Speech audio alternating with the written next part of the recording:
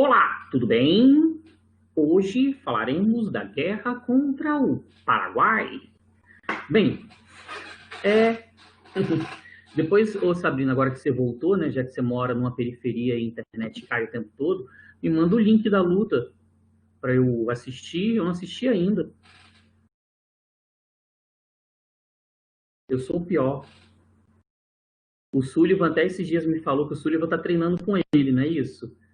Aí o Sullivan até me falou que tá treinando lá, não sei o que. Esses dias ele postou um vídeo lá, aquela barriga pendurada, dando os maus chutes lá, muito engraçado. O Sullivan desconjuntado até para chutar um saco de areia. Bem, galera, vamos lá. Depois a gente fala mais mal do Sullivan. Não, eu sei, mas eu posso. Eu vou aproveitar. Depois você me fala no privado que eu falo aqui também. Não, mas Sullivan é quase um atleta. Pô, eu tô fissurado em NBA agora, voltando, né? Só falta voltar o Capixabão, né? Capixabão seria interessante também, né? Já não tem torcida no estádio aqui no Espírito Santo, então não tem problema negócio de coronavírus aqui pro futebol capixaba. Não tem torcida. Já pode rolar o campeonato capixaba tranquilo. Bem, vamos lá. Quando o João começa a digitar, eu já fico pensando, bom dia.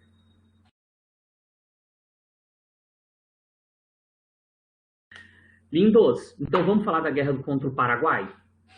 Bem, nós já discutimos sobre isso ano passado, né? Mas ficou no ano passado, vamos voltar a essa discussão.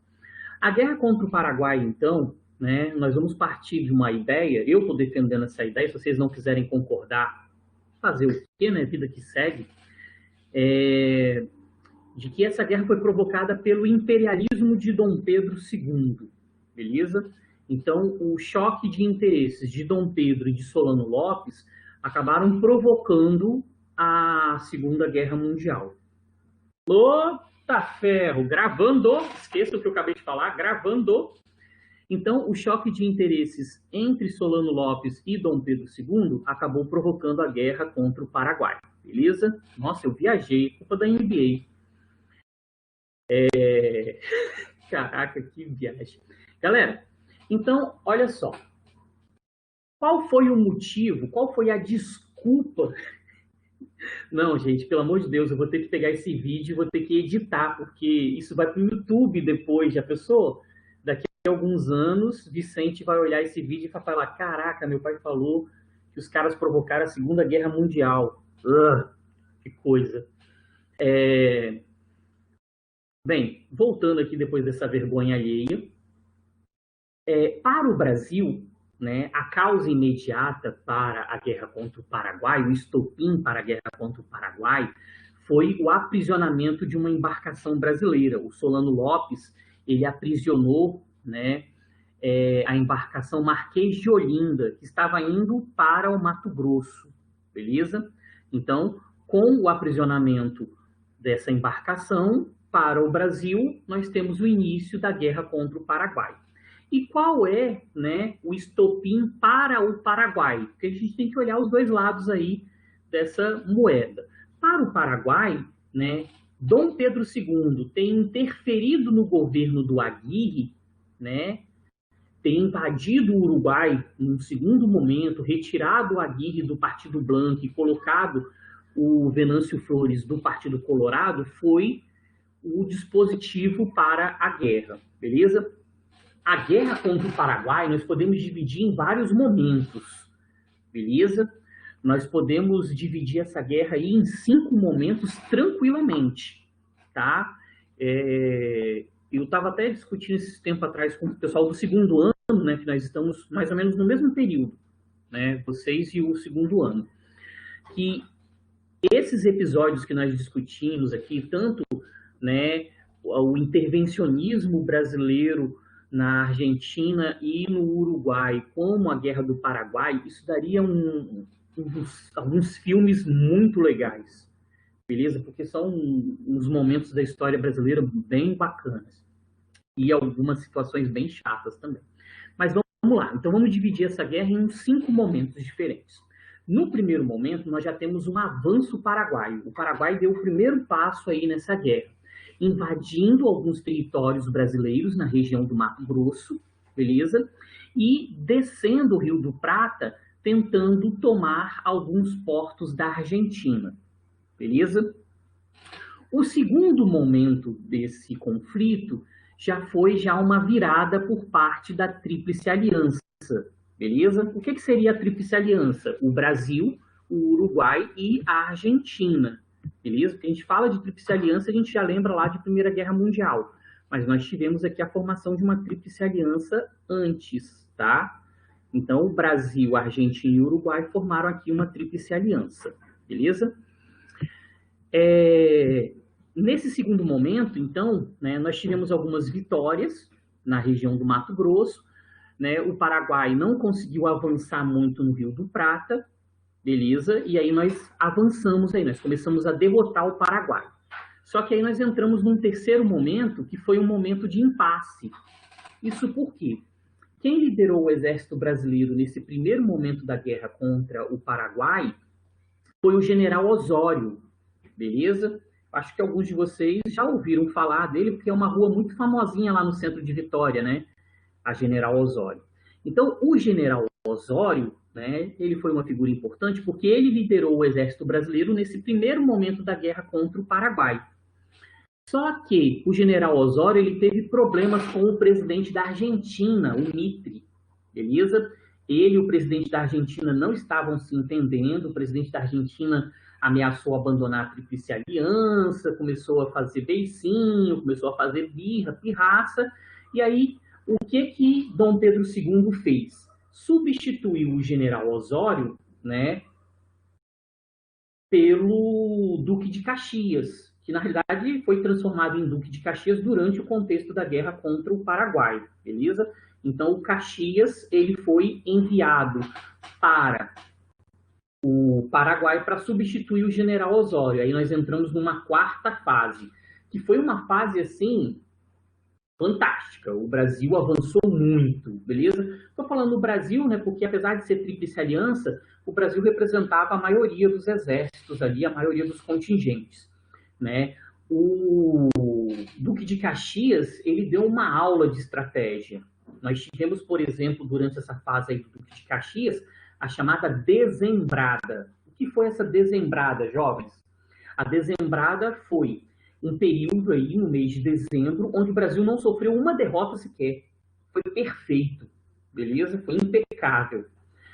E isso tudo por conta das estratégias do Duque de Caxias, que eram estratégias mirabolantes, né? Ele utilizou, inclusive, estratégias que dependiam muito de engenharia. Ele conseguiu construir, né, uma estrada, uma passagem pela região do Chaco, aquela região pantanosa ali, né, entre Paraguai e Argentina. E aí ele surpreendeu os exércitos de Solano Lopes, porque eles não esperavam um ataque brasileiro pela região do Chaco, mas aí o Duque de Caxias conseguiu mandar uma estrada ali e surpreender os paraguaios, beleza? Então o Duque de Caxias, ele garantiu a vitória aí nessa quarta fase.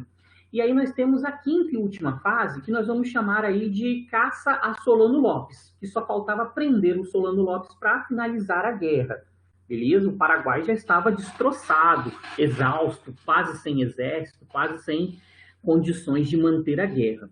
E aí Dom Pedro II fez uma nova substituição por interesses políticos, tá bom? Dom Pedro II retirou o Duque de Caxias, que já tinha garantido a vitória, e colocou no lugar do Duque de Caxias, comandando as tropas brasileiras, o seu genro, beleza? O Conde de, beleza?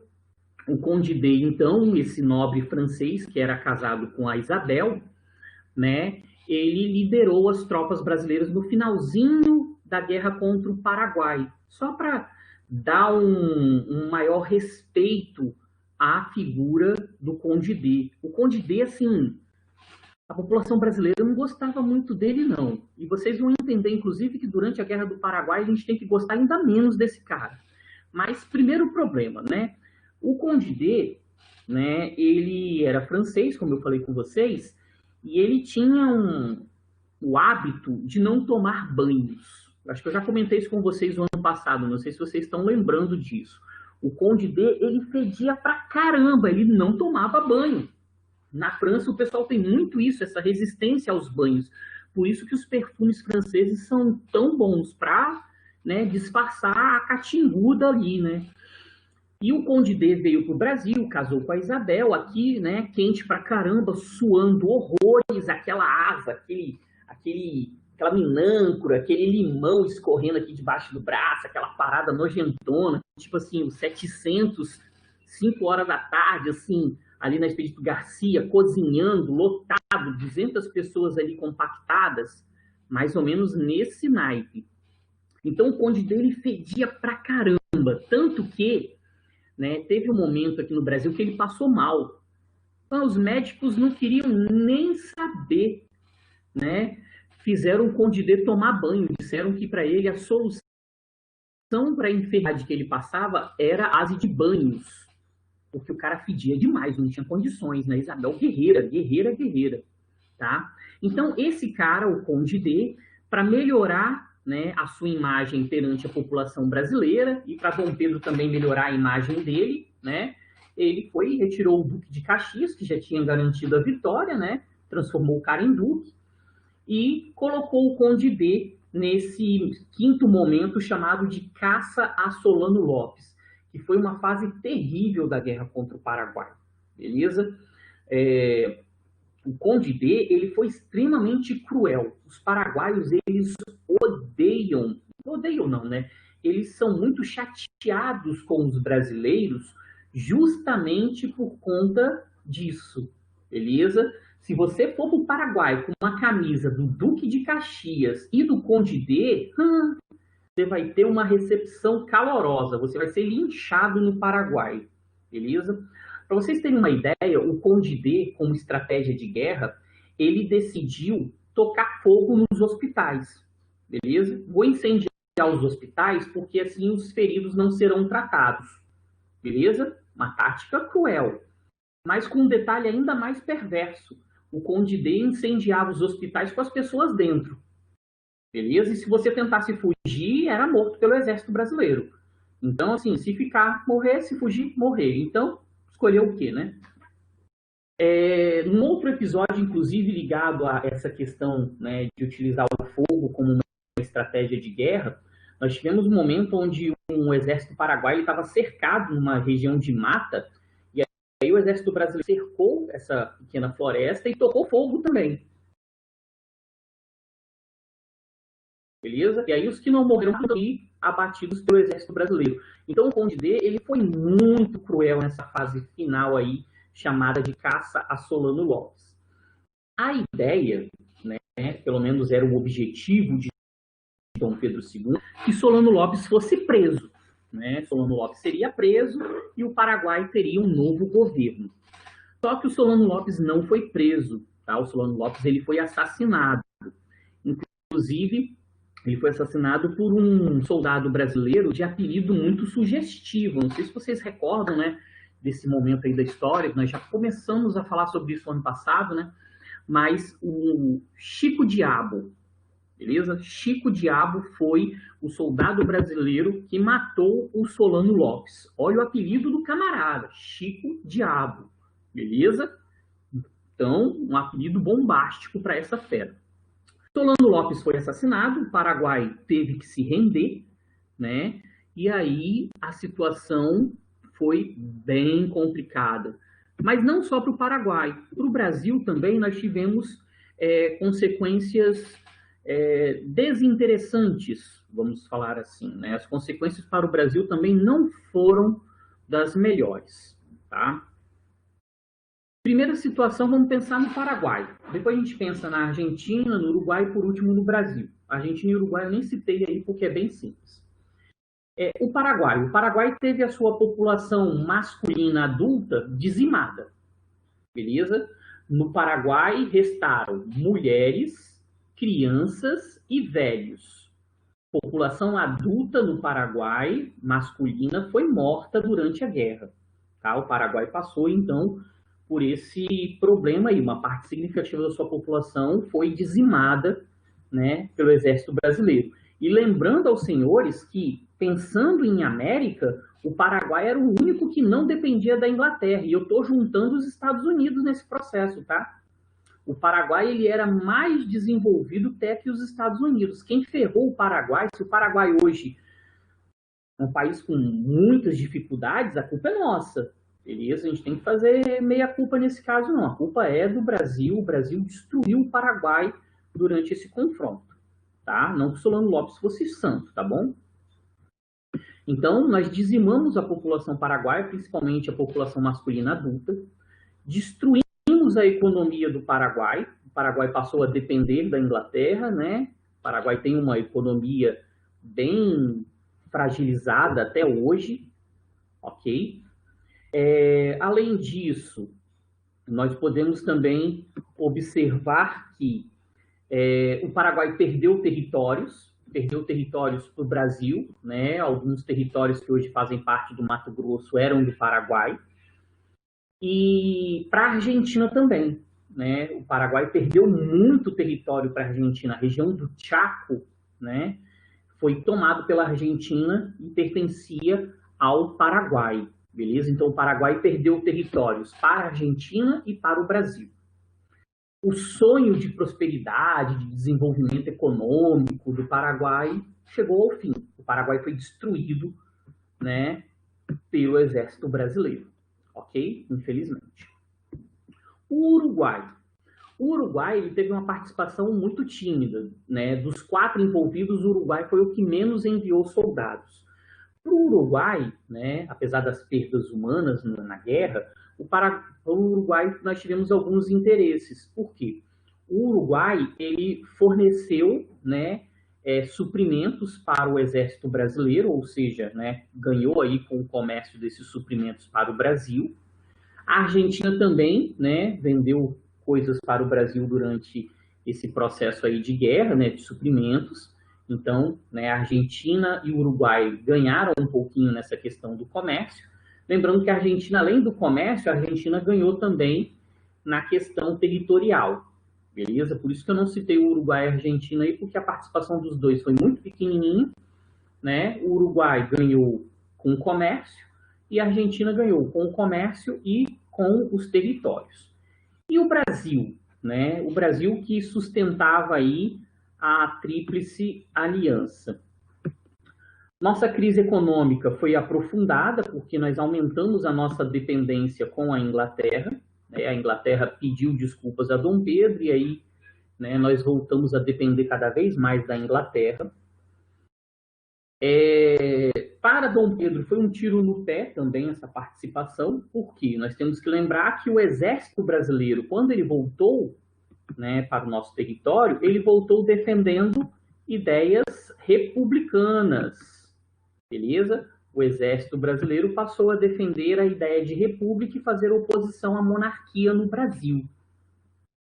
Então, de certa forma, essa guerra que foi iniciada pelo imperialismo de Dom Pedro acabou provocando a saída de Dom Pedro tempos depois.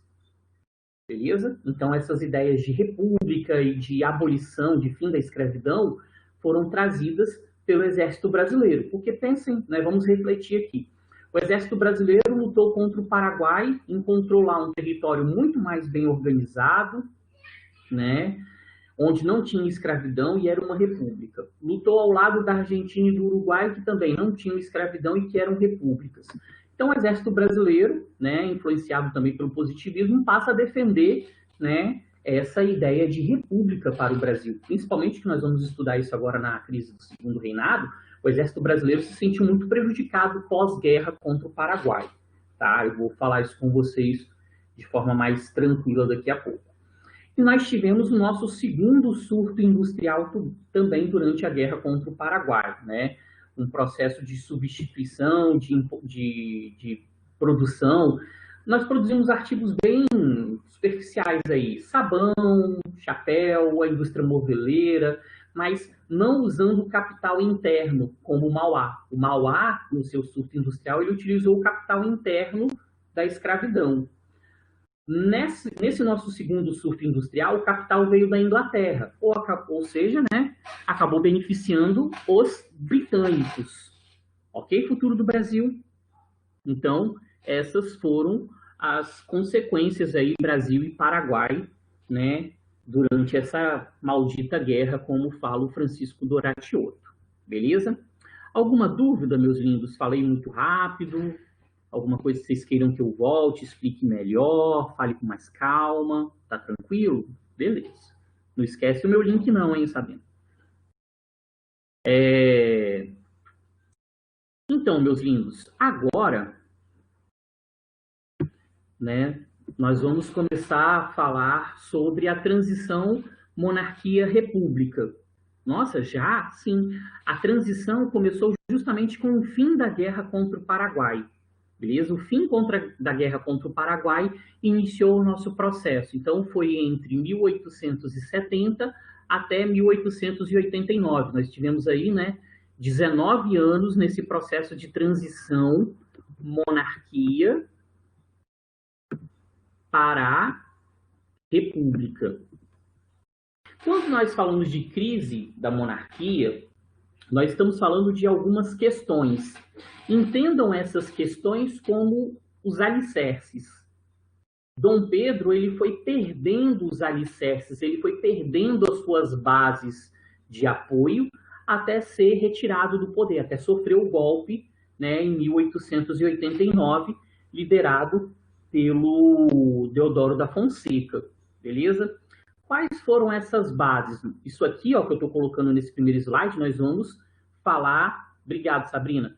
Nós vamos falar de forma mais calma, de forma mais tranquila, daqui a pouquinho, beleza?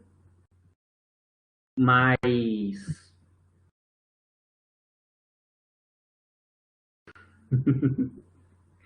Mas... eu só vou fazer aqui um apanhado geral para depois a gente ir esmiuçando aí essa questão. Abolicionismo, né? Talvez o último alicerce de Dom Pedro foi justamente a escravidão. A escravidão acabou em 1888, em 1889 ele sofreu o golpe e nós estabelecemos a República, beleza? Como que nós vamos discutir essa lógica aí da abolição, né? Nós vamos ter que fazer algumas críticas a algumas dessas leis, né? Interpretar mesmo, entender direitinho, porque nós vamos entender, perceber, né, melhor dizendo, que as questões do Enem de História, né, elas não são difíceis. As questões do Enem de História, elas são fáceis, beleza? Depois, quando você olha assim, você fala assim, nossa, era isso a resposta? O problema no Enem de História é que o seu conhecimento de história ele tem que ser superficial, mas ele tem que ser crítico. Entende? Então, por isso que nós vamos sempre tentar visualizar dessa forma essas leis e vamos tentar visualizar isso sempre o tempo todo, né? Porque as questões do Enem de História elas são questões de interpretação. Interpretação são questões críticas. Então, assim, isso que está faltando às vezes na gente, né?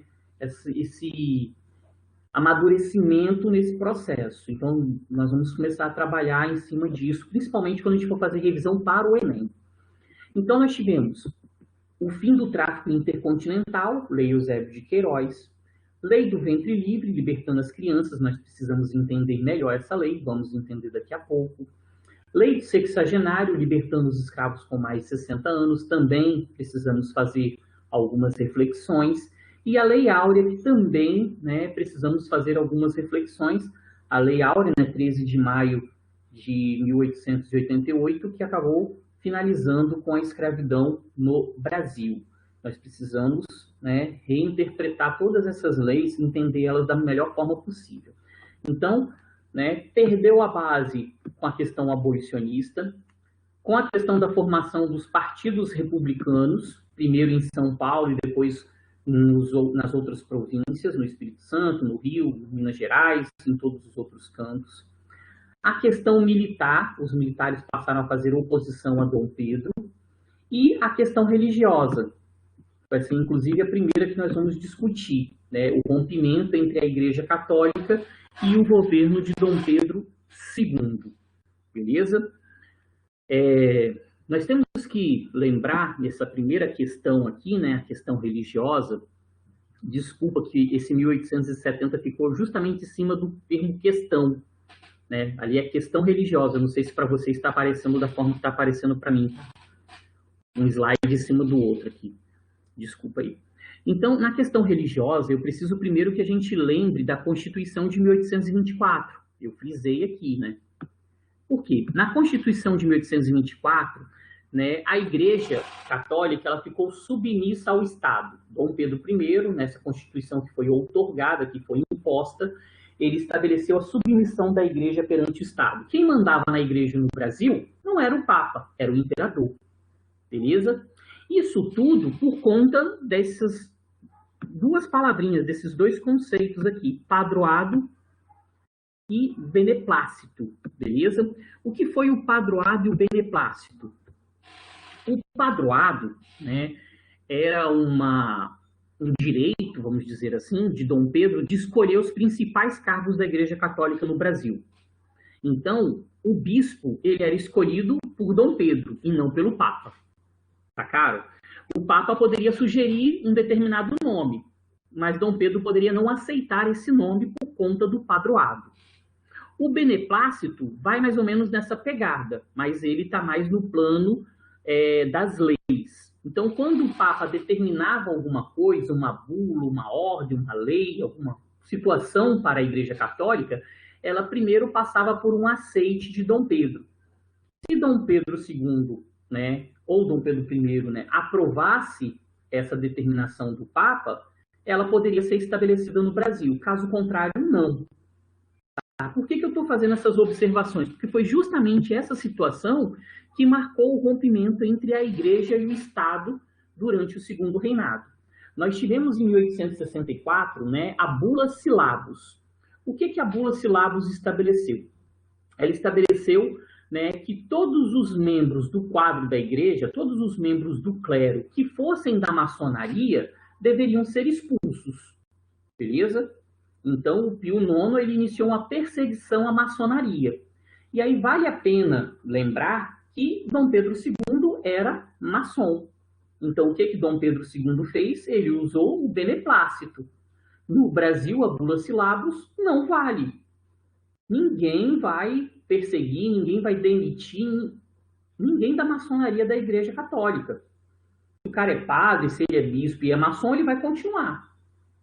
Só que dois bispos, aqui no finalzinho aqui, ó, Olinda e Belém, eles acataram a ordem do Papa e começaram a expulsar os membros da Igreja Católica, né, os membros do quadro da Igreja, do clero, que eram da maçonaria. Dom Pedro, então, né, se emputeceu e mandou prender os dois. Dom Pedro libertou os dois, deu anistia, né, ou seja, perdoou o bispo de Olinda e Belém, mas aí foi o motivo que a Igreja queria para romper com o governo brasileiro e acabar com essa submissão. Beleza? Então, a Igreja acabou rompendo com Dom Pedro II por conta da Bula Syllabus. Um confronto, então, aí entre Pio IX e Dom Pedro II fez com que essa submissão da Igreja perante o Estado da Constituição de 1824 deixasse de ser utilizado pela Igreja. A Igreja parou de apoiar Dom Pedro e começou a fazer algumas críticas ao imperador. Beleza? Então, o nosso primeiro ponto aí, rumo à nossa crise do Segundo Reinado, né, e o desfecho desse conteúdo, foi justamente a questão religiosa. Ok, galera? As outras questões, militar, republicana e abolicionista, que nós precisamos falar de cada uma das leis, nós vamos discutir semana que vem, beleza?